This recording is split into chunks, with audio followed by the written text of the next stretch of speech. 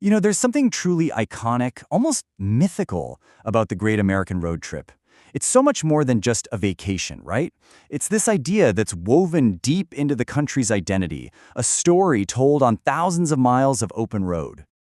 But why? Where does that obsession actually come from? Why is something as simple as a drive so tangled up with the very idea of America itself? Well, let's dig in and explore the history, the culture, and the emotion that really fuel this whole thing. To really get to the bottom of the road trip, we have to go way back. I mean, way before the first car was even a thought. The first piece of this whole puzzle is about a core American value: freedom.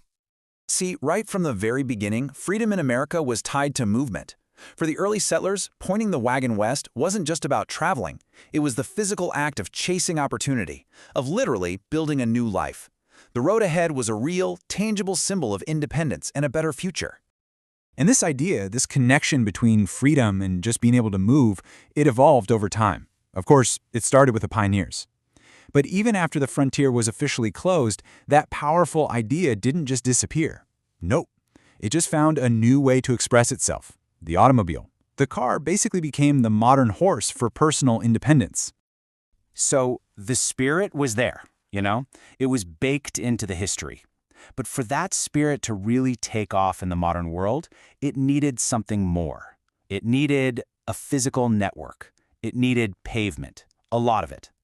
And that's exactly what happened. In the 1950s, the country took on one of the most ambitious building projects the world had ever seen: the interstate highway system. The goal was massive: to connect this huge continent with a web of fast, easy-to-drive highways. And the result? Well, it was like giving the American people a brand new superpower: mobility. All of a sudden, visiting family 3 states away wasn't some huge, complicated ordeal. It was a weekend trip. The entire country just opened up. It wasn't just about getting there faster. It was about shrinking the continent and blowing the doors wide open on personal possibility. But hold on. Before those super-efficient interstates crisscrossed the map, there was one road. One road that captured the country's imagination like no other. We have to talk about the legend itself: Route 66. I mean, just think about that distance for a second. 2,400 miles. It was this ribbon of asphalt stretching all the way from the industrial hustle of Chicago, through deserts and mountains, to the sunny promise of the Pacific Ocean. It was never just a road. It was a character in the American story, a path for dreamers, for adventurers, for anyone looking to start over. There's a reason writers and musicians romanticized Route 66 so much. It was so much more than just a way to get from point A to point B. It was this living, breathing symbol of freedom, a journey through a nostalgic slice of America, and a road that felt like it was paved with pure possibility. Okay, so beyond all the history and the symbolism, there's a much more obvious reason we love to drive across America, and that's the sheer, jaw-dropping diversity of the land itself. I mean, really, on a single trip, you can see it all. You can wake up to the epic peaks of the Rocky Mountains, find yourself in the eerie quiet of the Mojave Desert by lunchtime, and be surrounded by deep green forests by dinner. It's an entire continent's worth of scenery packed into one country.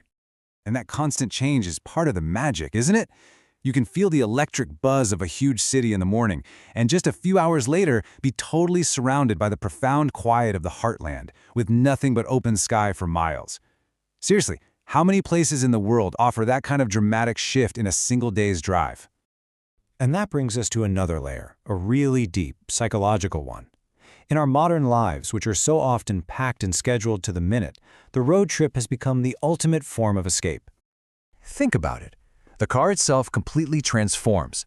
It's no longer just a way to get to work. It becomes your own private, moving sanctuary. It's your space. You control the music, you control the speed, you control the destination. It's precious time to just breathe and let go of the everyday routine. And we all know the ritual, don't we? It's practically universal. You start the engine, you roll the windows down, turn the music up, and with every single mile that clicks by, you're putting more and more space between you and your normal life. You're not just driving, you're actively letting go. But when you boil it all down, the real power of the road trip isn't just about freedom or escape. It gets to something way more personal. This is the final and maybe the most important piece of the whole thing. For so many of us, road trips are personal. They're tied up in our very first memories. Sleeping in the backseat of the car, getting excited about some quirky roadside diner, seeing the Grand Canyon for the very first time. These are the kinds of moments that build a childhood, the things that really stick with us. And that's really the heart of it, isn't it? The real magic of a road trip isn't something you can measure on the odometer. It's measured in the shared moments, in the connections you make with the people you're with, and the places you see, and in the stories that you'll end up telling for the rest of your life. So, I'll leave you with this question to think about. In our world today, a world that is so hyper-connected, where we're always on, always available, is it possible that the greatest, purest form of freedom is still found in that simple, analog act of just pointing your car toward the horizon and hitting the gas?